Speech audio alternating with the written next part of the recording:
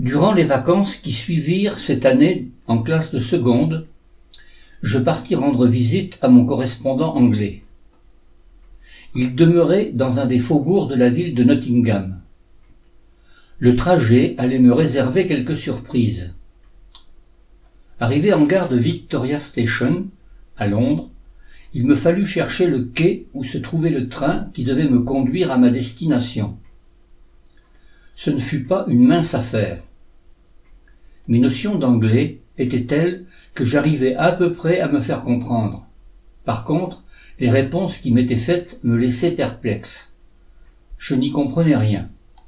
Enfin, après bien des péripéties, je finis par monter dans le bon wagon. Ce que je n'avais pas prévu, c'est que je devais changer de train en cours de route. Heureusement, comme j'étais inquiet, j'ai tenté de demander si j'étais bien dans la bonne direction.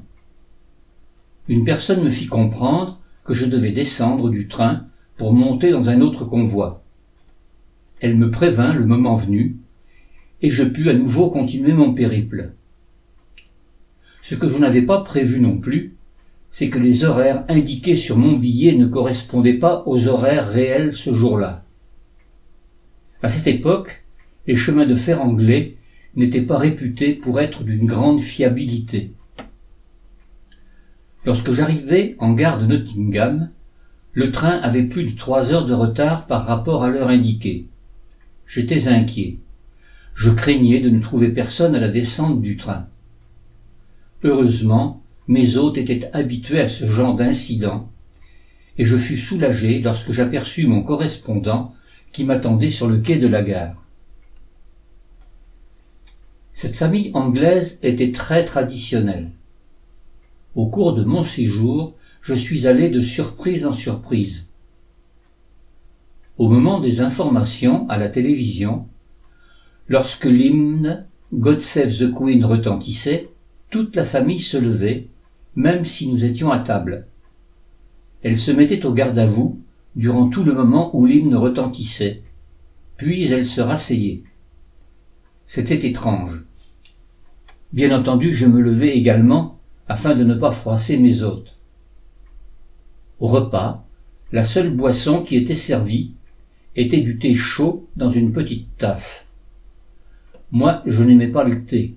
J'étais au supplice. À la fin du repas, je me précipitai dans la salle de bain et je me désaltérai au robinet. L'année précédente, lorsque Brian, mon correspondant, avait été reçu, nous lui avions demandé ce qu'il aimait et ce qu'il voulait boire.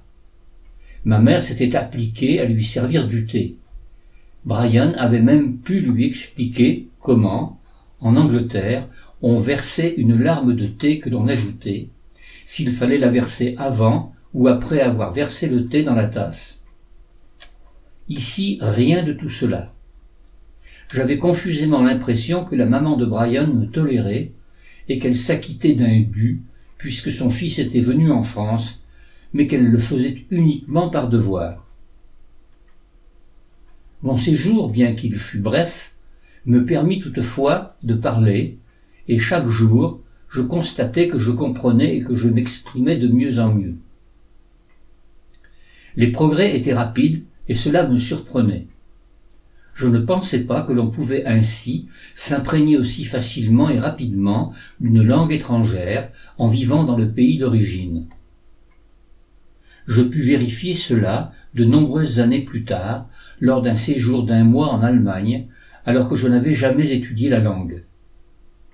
À la fin du séjour, j'étais capable de suivre et de comprendre les informations télévisées, et je pouvais commencer à m'exprimer et à me faire comprendre dans des conversations touchantes à la vie domestique.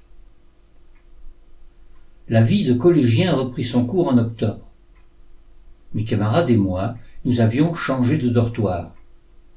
Nous étions maintenant dans le dortoir qui se situait juste en face de l'escalier qui permettait d'atteindre le premier étage. Les élèves de terminale, eux, avaient à leur disposition un petit dortoir non surveillé. Cela aura son importance lors d'événements dont je vous parlerai par la suite. Ma scolarité continuait à se dérouler sans accroc. Je pus même constater mes progrès en anglais lors du premier contrôle. J'obtins un 12/20. Cela ne m'était jamais arrivé précédemment. En novembre, alors que j'étais de retour à la maison, j'allais à la cérémonie du 11 novembre au monument aux morts de la commune de Saint-Ouen-la-Tène, dont le village des Rivières dépendait. Quelques personnes assistaient à cette cérémonie, comme tous les ans. Parmi elles, je reconnus Robert Pasquet, un ami un peu plus âgé, qui habitait au Breuil-Bâtard, un village voisin. Il était militaire en Algérie. Son teint était jaune.